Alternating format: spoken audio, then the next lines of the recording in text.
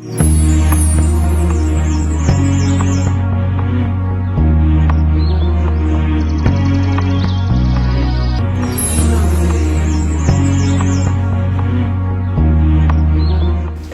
আলাইকুম ওয়া রাহমাতুল্লাহি ওয়া বারাকাতুহু নাহমাদুহু ওয়া নুসাল্লি আলা রাসূলিহিল কারীম আম্মা বাদ। সুপ্রিয় দর্শক মণ্ডলী, মহান আল্লাহ তাআলার দরবারে লাখো কোটি শুকরিয়া আদায় করছি। আল্লাহ রাব্বে কারীম তার বিশেষ দয়া এবং মেহেরবানিতে আজকে পবিত্র ঈদুল আজহা আমরা সুন্দরভাবে উদযাপন করতে পেরেছি।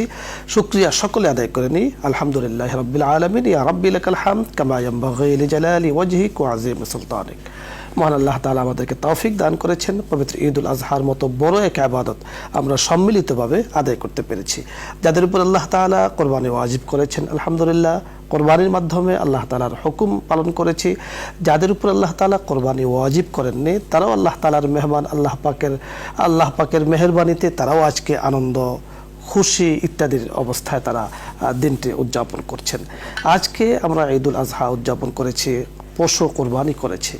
আমাদের এখন কিছু কর্তব্য রয়েছে যা নিয়ে আজকে আমরা আলোচনা করব। তা হলো ঈদুল আজহা ও পরিচ্ছন্ন জীবন। পরিচ্ছন্ন জীবনের সাথে সম্পর্ক পরিচ্ছন্ন পরিবেশ, পরিচ্ছন্ন বাড়ি, পরিচ্ছন্ন সমাজ। যখন আমার সমাজ সুন্দর থাকবে, আমার বাড়ি সুন্দর থাকবে, আঙ্গিনা সুন্দর থাকবে, সকল কিছু সুন্দর থাকবে, তখন এই পরিচ্ছন্ন একটা জীবন, সুন্দর সুস্থ একটা জীবন কিন্তু আমি আল্লাহ পাকের পক্ষ থেকে ইনশাআল্লাহ পেয়ে যাব। আজকে মোহতারাম মুফতি সাহেব যিনি আমার সাথে আছেন, আপনাদের সাথে আমি এই মুহূর্তে পরিচয় করিয়ে দিচ্ছি। বিশিষ্ট ইসলামী চিন্তাবিদ, মিডিয়া ব্যক্তিত্ব মুফতি মোহাম্মদ আব্দুল মজিদ, মুহাদ্দিস, জামিয়া ইসলামিয়া, মিফতাহুল উলুম, বাড্ডা, ঢাকা। আসসালামু আলাইকুম ওয়া রাহমাতুল্লাহি ওয়া বারাকাতুহু। ওয়া আলাইকুম আসসালাম ওয়া রাহমাতুল্লাহি ওয়া বারাকাতুহু। মুহতারাম, কেমন আছেন আপনি? জি আলহামদুলিল্লাহ, আল্লাহ পাক ভালো রেখেছেন। আলহামদুলিল্লাহ, আল্লাহ তাআলা খুব ভালো রেখেছেন আমাদের সকলকে আপনার দয়ায়। মুফতি সাহেব, আজকে যে বিষয়টি আমরা আলোচনা করব তা হলো ঈদুল আজহা ও পরিচ্ছন্ন জীবন। আপনি জানেন যে আজকে আমরা কোরবানি করেছি এবং কোরবানির মাধ্যমে আমরা সকলেই চেষ্টা করেছি আল্লাহ রাব্বুল কারীমের নৈকট্যতা অর্জনের। আসলে কোরবানির মাকসাদ এমনই যে কোরবানির মাধ্যমে তাকওয়া অর্জন করা, রাব্বুল কারীমের কাছাকাছি পৌঁছে যাওয়া। এখন কোরবানির পরে দুটো কাজ আছে কিন্তু আমাদের, তা হলো যে আমি যে পরিবেশে থাকছি, আমি যে বয়সে কোরবানি করেছি, যে সমাজে থাকছি, এখানে পরিষ্কার পরিচ্ছন্নতার একটা বিষয় আছে। আপনার কাছে যে বিষয়টি জানবো যে এখানে দুটো বিষয়, একটি হলো যে শরীয়তে পরিচ্ছন্নতার গুরুত্ব কতটুকু রয়েছে একটি বিষয়, আরেকটা হলো যে এই যে আমাদের যে পরিবেশকে পরিচ্ছন্ন করা, ঘরকে, আঙ্গিনাকে, পথঘাট ইত্যাদিকে পরিচ্ছন্ন, এই যে যা আছে ইত্যাদি, এর প্রভাব একজন ব্যক্তির জীবনে কতটুকু পড়ে, সমাজ জীবনে বা পরিবেশের উপর কতটুকু পড়ে, বা আমাদের দায়িত্ব কর্তব্য নিয়ে আপনি আলোচনা করবেন। জি, নাহমাদুহু ওয়া নুসাল্লি আলা রাসূলিল কারীম, আম্মা বাদ। সুপ্রিয় দর্শক ও শ্রোতাবৃন্দ, যে প্রান্ত থেকে দেখছেন সবাইকে আরেকবার স্বাগত জানাই। আমার আজকে আলোচ্য বিষয়ের প্রথমটা হচ্ছে ইসলামে পরিচ্ছন্নতার গুরুত্ব কতটুকু। তো এটা আমাদের সকলের জানা আছে যে ইসলামে পরিচ্ছন্নতাকে ইমানের অর্ধেক বলা হয়েছে। তার অর্থ হচ্ছে পুরা ইবাদত বান্দেগী এবং আল্লাহর হকের যে দীর্ঘ তালিকা ইসলামে আছে, এগুলো অর্ধেক, আর পরিচ্ছন্নতা অর্ধেক। এর কারণ কি? এর কারণ হচ্ছে প্রত্যেক ইবাদতটা পরিচ্ছন্নতার সাথে সম্পৃক্ত। এই জন্য দেখেন আপনি, নামাজের 13টা ফরজ, এই 13টা ফরজের ভিতরে 3টা ফরজই পরিচ্ছন্নতার উপরে। শরীর পাক, জায়গা পাক, এরপরে আপনার শরীর পাক, জায়গা পাক, কাপড় পাক। তো 3টা জিনিসের সম্পর্ক হচ্ছে পরিচ্ছন্নতার সাথে। তো আমরা স্পষ্ট বুঝতে পারছি যে কোনো ইবাদত পরিচ্ছন্নতা থেকে মুক্ত নয়, একটা বিষয়। 2 নম্বর বিষয় হচ্ছে আল্লাহ রাসূল একজন মুসলমানকে ঘুম থেকে ওঠার পরে প্রথম যে কাজটা করতে বলছেন, সেই কাজটা হচ্ছে যে তার হাতকে গিরা পর্যন্ত 3 বার ধুতে হবে। সুতরাং সুনানে তিরমিজির হাদিস, আল্লাহ রাসূল বলছেন, মান ইস্তায়কাযা মিন মানামিহি ফালা ইয়াগমিসান্না ইয়াদাহু ফিল ইনাই হাত্তা ইয়াগসিলা সালাসা মাররাত। কোনো ব্যক্তি ঘুম থেকে ওঠার পরে তার হাতের গিরা পর্যন্ত 3 বার ধোয়া ছাড়া সে যেন পানিতে হাত না দেয়। এই পানিতে হাত দেওয়ার অর্থ হচ্ছে আল্লাহ রাসূলের যুগে এই ট্যাপের ব্যবস্থা না থাকার কারণে বড় পানির মটকা এবং বড় পানির পাত্রের ভিতরে পানি সংরক্ষণ করা হতো, সেখান থেকে হাত দিয়ে পানি উঠে ওযু করা হতো। এখন রাত্রেবেলা আল্লাহ রাসূল বলছেন, ফাইন্নাহু লা ইয়াদরি আইনা বাতাত ইয়াদুহু, তার হাত রাত্রেবেলায় কোথায় চলাচল করেছে, কোন নাপাকি স্পর্শ করেছে, কিছুই তার জানা নেই। ফলে তার হাতের এই নাপাকি বা সম্ভাবনাময় কোনো নাপাকি নিয়ে সে পানির মধ্যে হাত ঢুকাই দিলে পরে ওই পানিটা অন্যের জন্য ব্যবহারের অনুপযুক্ত হয়ে যেতে পারে। সুতরাং অন্যের জন্য কিছু পানি নাপাক হতে পারে, এই আশঙ্কা থেকে আল্লাহ রাসূল প্রত্যেককে ঘুমের থেকে ওঠার পরে প্রথম দায়িত্ব দিচ্ছেন হাতের গিরা পর্যন্ত 3 বার ধুতে হবে। তাহলে পরিচ্ছন্নতার গুরুত্ব কতটুকু, যে দিনের প্রথম কাজ, ঘুমের থেকে ওঠার পরে প্রথম কাজ হচ্ছে পরিচ্ছন্নতা। আরেকটা বিষয় হচ্ছে যে আল্লাহ রসুল এই যে পরিচ্ছন্নতার ব্যাপারে অজু, গোসল, হাতের গিরা পর্যন্ত ধোয়া, এটা এমন এক সমাজে বলছেন যে সমাজে পানির সংকট সবচেয়ে বেশি। তো পানির তীব্র সংকট থাকা সত্ত্বেও তিনি পরিচ্ছন্নতার ব্যাপারে একেবারে আপোষহীন এবং কোনো শিথিলতা প্রদর্শন করছেন না। আমরা প্রসিদ্ধ কথা জানি আজকের এই আধুনিক সৌদি আরবেও, যে সেখানে নাকি তেলের চেয়ে পানির দাম বেশি। তো তেলের চেয়ে পানির দাম বেশি, উপায় উপকরণ জীবনযাত্রাকে সহজ করার জন্য এত আয়োজনের পরেও পানির সংকট সেখানে রয়ে গেছে। তাহলে আল্লাহ রসুলের যুগে 1400 বছর আগে কত সংকট ছিল। সেই সংকটের টাইমও আল্লাহ রসুল গোসলের ব্যাপারে, অজুর ব্যাপারে, হাত গিরা পর্যন্ত 3 বার ধোয়ার ব্যাপারে কোনো শিথিলতা প্রদর্শন করছেন না। আচ্ছা, সাথে সাথে আরেকটা বিষয় হচ্ছে, এখানে একটা কথা বলে রাখি, ইসলাম ও ইসলামের বাইরের জীবন আদর্শের মধ্যে পরিচ্ছন্নতার পরিধির ব্যাপারে একটা মতভিন্নতা আছে।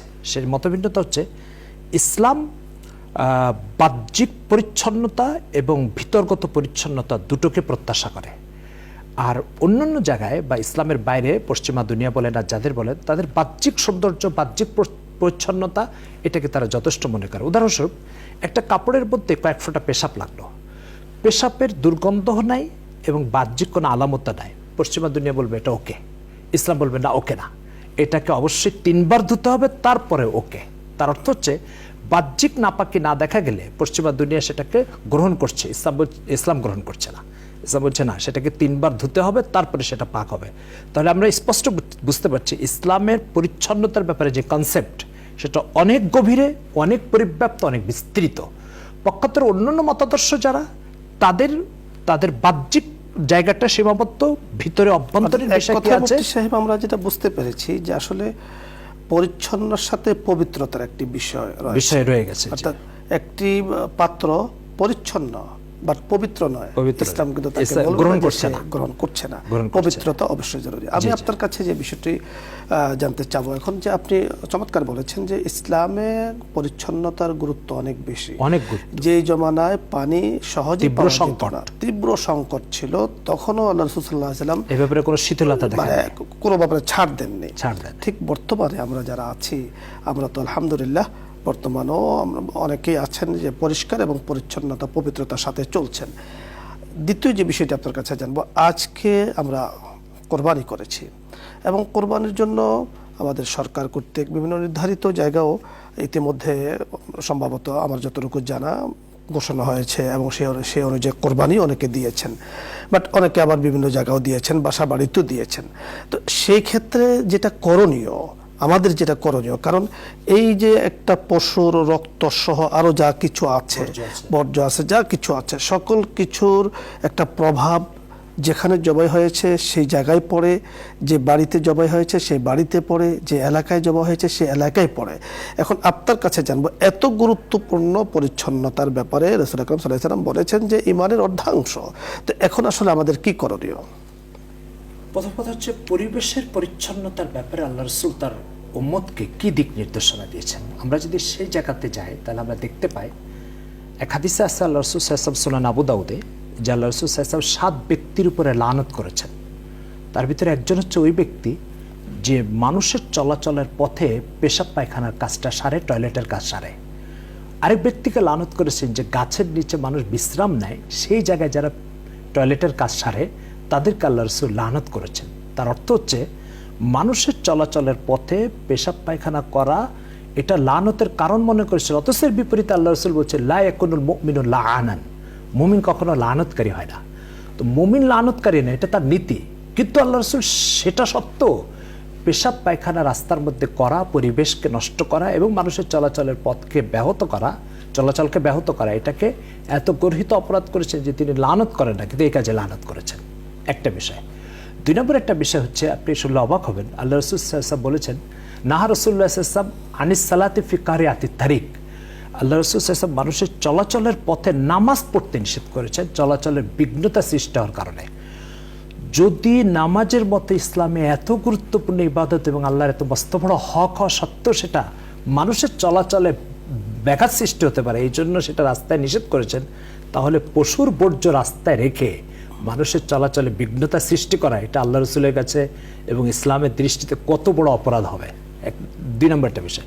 3 নম্বর একটা বিষয় হচ্ছে, আপনি শুনলে অবাক হবেন যে রসুল সাল্লাল্লাহু তার যুগে সেই কোরবানির টাইমে যারা হাজী সাহেব কোরবানি করবে তাদের জন্য তিনি মিনাতে একটা আলাদা মাজজারা নির্ধারণ করেছেন, যে মাজজারায় সমস্ত হাজী সাহেব যে কোরবানি করবে, তার মানে মিনা যে হাজীদের থাকার জায়গা তাবু, সেই জায়গার থেকে নিরাপদ একটা দূরত্বে, যাতে তার দুর্গন্ধ এলাকায় না ছড়ায়, এই জন্য আল্লাহ রসুল সাল্লাল্লাহু আলাইহি ওয়াসাল্লাম সেখানে ওই আলাদা কসাইখানা এবং আলাদা জবাইয়ের জায়গা নির্ধারণ করেছেন, যেটা আজও অব্যাহত আছে। আরেকটা বিষয় আপনি জানেন, রসুল সাল্লাল্লাহু আলাইহি ওয়াসাল্লাম বলেছেন পেঁয়াজ আর রসুনকে মসজিদে না যেতে। কেন? পেঁয়াজ আর রসুনের এই গন্ধটা আল্লাহ রসুল মসজিদে নামাজের পরিবেশকে মুসল্লির জন্য কষ্টের কারণ মনে করে এটাকে নিষেধ করেছেন। তো যে রসুল পেঁয়াজ আর রসুনের গন্ধ অন্যের জন্য কষ্টের কারণ হয়ে নিষেধ করেছেন, সে রসুল সাল্লাল্লাহু আলাইহি ওয়াসাল্লাম যদি আজকের এই যে কোরবানির পশুর বর্জ্য আর রক্ত রাস্তায় ফেলে মানুষের চলাচলের পথে বাধা সৃষ্টি করা এবং পরিবেশকে দূষণ করা, এই কাজটা যদি দেখতেন তাহলে কি বলতেন, এটা সহজে অনুমান করা যায়।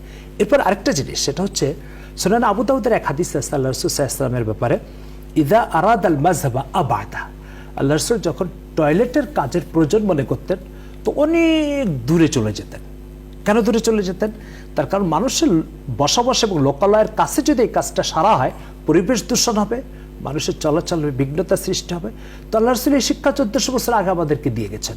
হযরত রাসূল সাল্লাল্লাহু আলাইহি ওয়াসাল্লাম একজন রাষ্ট্রপ্রধান, রাসূল সাল্লাল্লাহু আলাইহি ওয়াসাল্লাম একজন বিচারপতি, সে বিচারপতি তার উম্মতকে এই তালিমটুকু দিয়ে গেছেন যে মানুষের চলাচলের এবং পরিবেশ দূষণের মতো কোনো কাজ করা যাবে না। তো এখান থেকে আমরা স্পষ্ট দেখতে পাচ্ছি যে বর্জ্য ইত্যাদি ঘরের আঙ্গিনায় জমা করা, রাস্তার পাশে জমা করা, পরিবেশ দূষণ করা, দুর্গন্ধ সৃষ্টি করা, এর ন্যূনতম কোনো সুযোগ ইসলামে নাই। এর সাথে আরেকটা কথা আমরা ভাবতে পারি, এখানে একটু আপনার সাথে আমি অ্যাড করব যে এই যে কোরবানির মৌলিক যে মাকসাদ বা উদ্দেশ্য আমরা করেছি আল্লাহ তাআলাকে সন্তুষ্টি করার জন্যই এবং ওনার হুকুম পালন করার জন্যই, নিশ্চয়ই অনেক বড় এক ইবাদত আমরা করেছি। তো এখন এই যে যেটি গুরুত্ব আপনি বলেছেন হাদিসে পাকের আলোকে, যে রাসূল আকরাম সাল্লাল্লাহু আলাইহি ওয়াসাল্লাম পরিবেশ দূষিত হয় এমন কাজ থেকে হযরতে সাহাবায়ে কেরামকে নিষেধ করেছেন এবং এর উপরই উদ্বুদ্ধ করেছেন। জি জি। তো এখন আমি ইবাদত করেছি, কিন্তু পরবর্তী যে অংশটা, আমি গোশতটাকে যেভাবে কেটে সুন্দর করে পরিবেশন করেছি, ঘরে নিয়ে এসেছি, চামড়াটাকেও যেখানে পৌঁছানো দরকার সেখানে আমি পৌঁছে দিয়েছি, ঠিক এই এলাকাটাকে পরিচ্ছন্ন করা, এই এলাকার মানে একেবারে দূষণ মুক্ত করা এবং মানুষের চলাচলের নির্বিঘ্ন করা। এবং আরেকটি বিষয়ে আমার কাছে বড় আশ্চর্য মনে হয় যে যেটা দেখা যায়, গরু জবাই হওয়ার পরে তো এর কিছু স্বাভাবিক কারণে হাড্ডি ইত্যাদি থেকেই যায়, তো এগুলো কি করে বস্তায় নেওয়ার পর এগুলোকে কেউ কাজটি করে যে ড্রেনের মধ্যে ফেলে দেয়। এতে করে সমস্যা যেটা তৈরি হয় যে ড্রেন যখন বন্ধ হয়ে যায় তখন একজনের ক্ষতি হয় না, এই এলাকায় যারা বসবাস করছেন সকলের ক্ষতি হয়। আমরা যে কাজটা করব, আপনার কাছে আমি যেটা জানতে চাবো যে আসলে এই ময়লাগুলো কোথায় ফেলানো দরকার, তারপরে আমাদের করণীয় কি, এবং এটা ইবাদতের অংশ কিনা, কোরবানির অংশ কিনা, সওয়াবের অংশ কিনা, একটু আমাদেরকে পরিষ্কার করে বলবেন। যে অনেক সুন্দর একটা কথা বলেছেন। এক্ষেত্রে আমি প্রথম যে কথাটা বলবো, হাদিসের প্রায় কিতাবে আপনি বীরে বুজার ঘটনাটা পড়েছেন। বীরে বুজা হচ্ছে হযরত আবু সাঈদ খুদরি রাদিয়াল্লাহু তাআলা বর্ণিত একটা হাদিস, যে তিনি বলছেন যে ওয়াইন্নাহু বীরুন ইউলকা ফিহাল হিয়াজু ওয়াল কিলাবু ওয়ান নাতিনু, যে বীরে বুজা এটা একটা ডাস্টবিন, যেখানে মদিনাতে ময়লা আবর্জনা, মৃত কুকুরের লাশ এবং সাথে সাথে সমাজের যত বর্জ্য আছে সেগুলো ফেলা হতো। বোঝা গেল তখনকার মদিনাতে বর্জ্য ফেলার একটা নির্ধারিত জায়গা ছিল। তো বর্জ্য ফেলার যখন নির্ধারিত জায়গা ছিল, তো সেই জায়গার বাইরে বর্জ্য ফেলে সমাজের মানুষের কষ্ট হবে, সুতরাং এটা নির্ধারিত একটা জায়গায় ফেলতে হবে। সভ্যতার এই শিক্ষা তখনকার মদিনাতে চর্চা ছিল এবং এটা জারি ছিল। এরপর আরেকটা বিষয় হচ্ছে যে আপনি মিশকাত শরীফে হাদিস পড়েছেন যে রাসূল সাল্লাল্লাহু আলাইহি ওয়াসাল্লাম বলছেন, আমি জান্নাতে যখন সফর করেছি তো আমার সামনে একটা লোক খুব দ্রুত হাঁটতেছিল। আমি ফেরেশতাদেরকে জিজ্ঞাসা করলাম, এই লোক জান্নাতে আমার সামনে এইভাবে হাঁটতেছে, রহস্যটা কি? তো ফেরেশতারা বলল যে এই ব্যক্তি দুনিয়াতে একটা রাস্তার উপরে একটা ভাঙা ডাল এভাবে বেঁকা হয়েছিল, এই ব্যক্তি মানুষের চলাচলের পথে বিঘ্নতা সৃষ্টি হতে দেখে ডালটা কেটে মানুষের পথকে নির্বিঘ্ন করেছে। এ কারণে আল্লাহ পাক তার উপরে খুশি হয়ে আজকে তাকে জান্নাতে আপনার সামনে চলার ব্যবস্থা করে দিয়েছে। সুবহানাল্লাহ। তো মানুষের পরিবেশকে ঠিক করা, চলাচলের পথকে নির্বিঘ্ন করা, এটা ইসলামে এত মহৎ কাজ যে সে কি আর গুনাহ করেছে, কি অপরাধ করেছে, আল্লাহর কি হক নষ্ট করেছে, এটার দিকে আর আল্লাহ তাকাননি। মানুষের উপকার করেছে, মানুষের চলাচলের পথকে ফ্রি করে দিয়েছে, এতটুকুর কারণে। এবং এর জন্য অনেক কিছু করেছে তা না, একটা ডাল কেটেছে শুধু। আল্লাহ রাসূল সাল্লাল্লাহু আলাইহি ওয়াসাল্লাম বলছেন যে তাকে আমার সামনে জান্নাতে চলার সুযোগ করে দিয়েছেন। আজকে যদি আমরা আমাদের কোরবানির পশুর প্রত্যেকে বর্জ্যটা মানুষের চলাচলের পথকে নির্বিঘ্ন করার স্বার্থে, পরিবেশকে দূষণ থেকে মুক্ত করার স্বার্থে যদি এটাকে নিয়ে এক জায়গায় ফেলে দিই, নিশ্চয় আল্লাহ তাআলার কাছে এটা ছোট কাজ বলে বিবেচিত হবে না, অনেক বড় কাজ বলে বিবেচিত হবে। তার কারণ হচ্ছে ডালে আপনি তখনই আপনার মাথা বাঁধবে যখন আপনি ডালের কাছে আসবেন।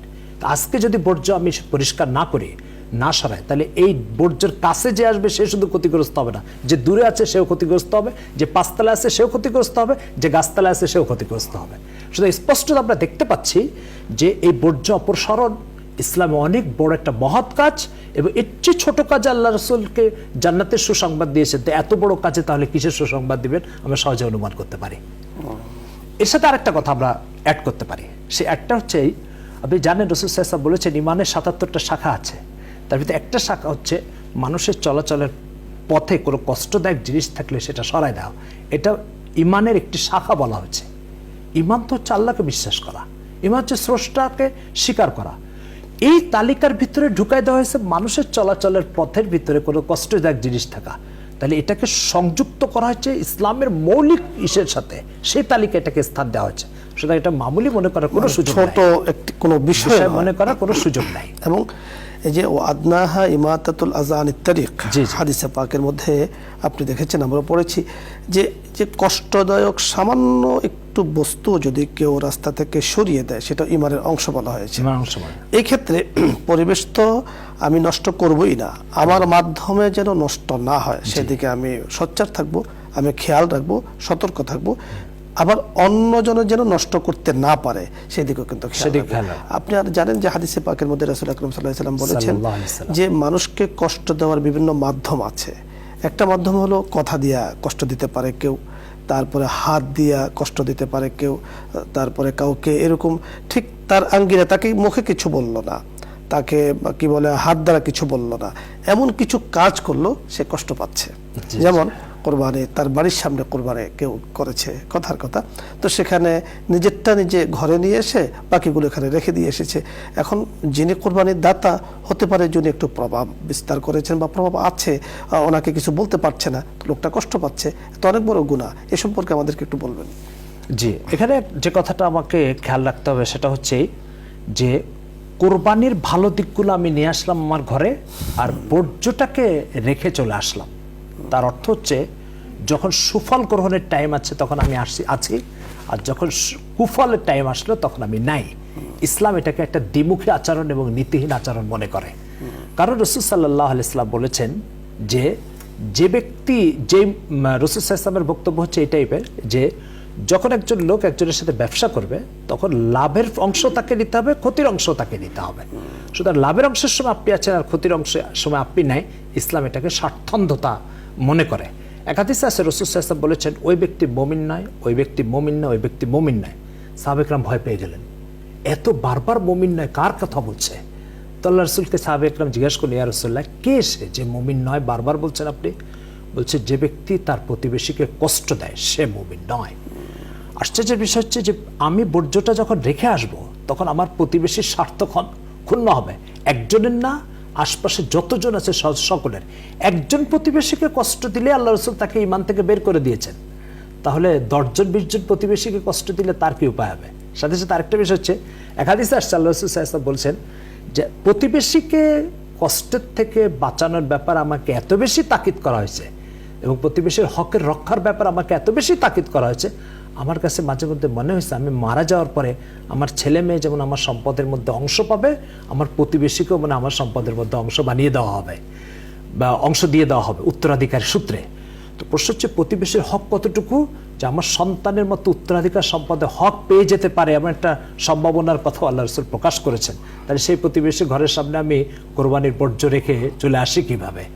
সুতরাং আমাদের এই নগর জীবনে, মোহতারাম, আমাদের নগর জীবনে, শহরের জীবনে দেখা যাচ্ছে যে সিটি কর্পোরেশন থেকে বিভিন্ন পদক্ষেপ নেওয়া হয় আলহামদুলিল্লাহ, এবং যে কোরবানির সাথে সম্পৃক্ত যে বর্জ্যগুলো আছে বা আরও যা যা আছে এ সকল কিছুকে পরিচ্ছন্ন করা হয় এবং মানে জীবাণুনাশক সেখানে পাউডারও ছিটিয়ে দেওয়া হয় যাতে করে পরিবেশ নষ্ট না হয়।